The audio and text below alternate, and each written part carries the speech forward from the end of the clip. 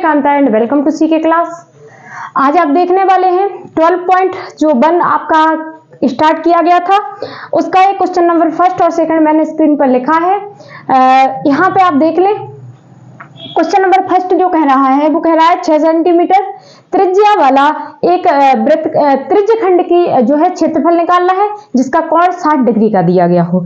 तो आपको करना क्या है, सबसे पहले तो आप बनाएंगे क्वेश्चन नंबर, यहाँ पे मैं लिखती हूँ सॉल्यूशन क्वेश्चन फर्स्ट, मतलब हल कर रही हूं मैं फर्स्ट वाला क्वेश्चन।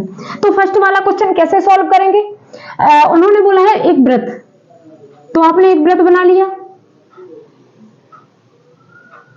ठीक है, और उन्होंने बोला है उस पर एक त्रिज्यखंड, यानी कि ये हो गया हमारा केंद्र, और केंद्र से इस प्रकार से ये बन गया हमारा त्रिज्यखंड, ये होती है हमारी त्रिज्या, ये हो गया हमारा सेंटर, और थीटा कोण जो है वो 60 डिग्री का बनता है।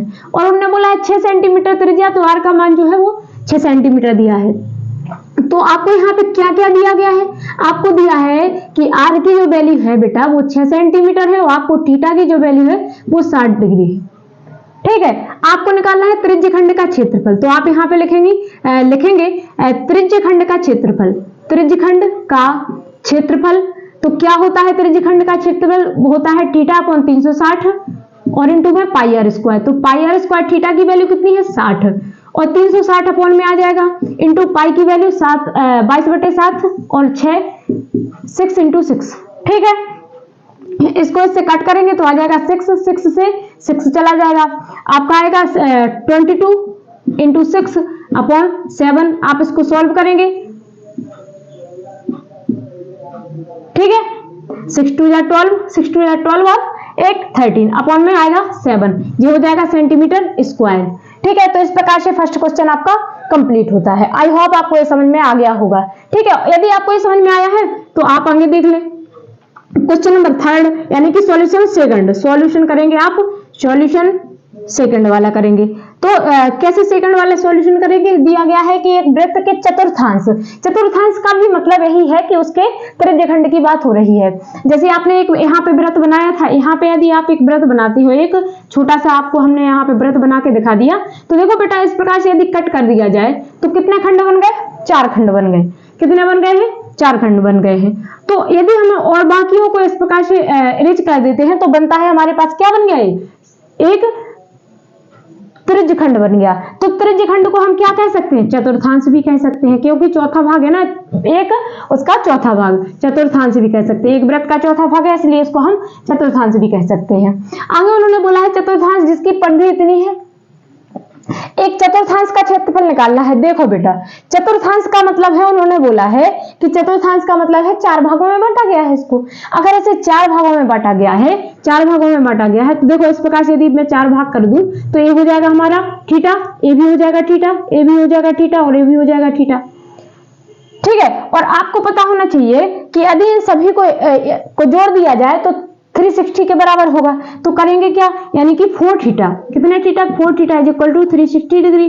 तो थीटा की वैल्यू कितनी आ जाएगी, 4 से इसको करेंगे 90 डिग्री, थीटा की वैल्यू कितनी आ जाएगी 90 डिग्री, यानी कि यहाँ पे कितने डिग्री का एंगल बना, 90 डिग्री का एंगल बना। यानी कि एक हमारा वृत्त है और उसमें एक चतुर्थांश जिसका हमें निकालना है एरिया, उसका जो कोण होगा वो 90 डिग्री का होगा। निकाला कैसे, क्योंकि उन्होंने बोला है चतुर्थांश, यानी एक वृत्त को 4 भागों में बांट दिया। और हमने बोला था आपको कि यहाँ पे जो केंद्र होता है वहां पे 360 डिग्री का कोण बनता है, तो वृत्त पर वहां 360 डिग्री का कोण बनेगा और 4 कर दिए गए हैं खंड, तो हम क्या करेंगे 360 में 4 का भाग दे देंगे तो 1 का निकल आएगा ना।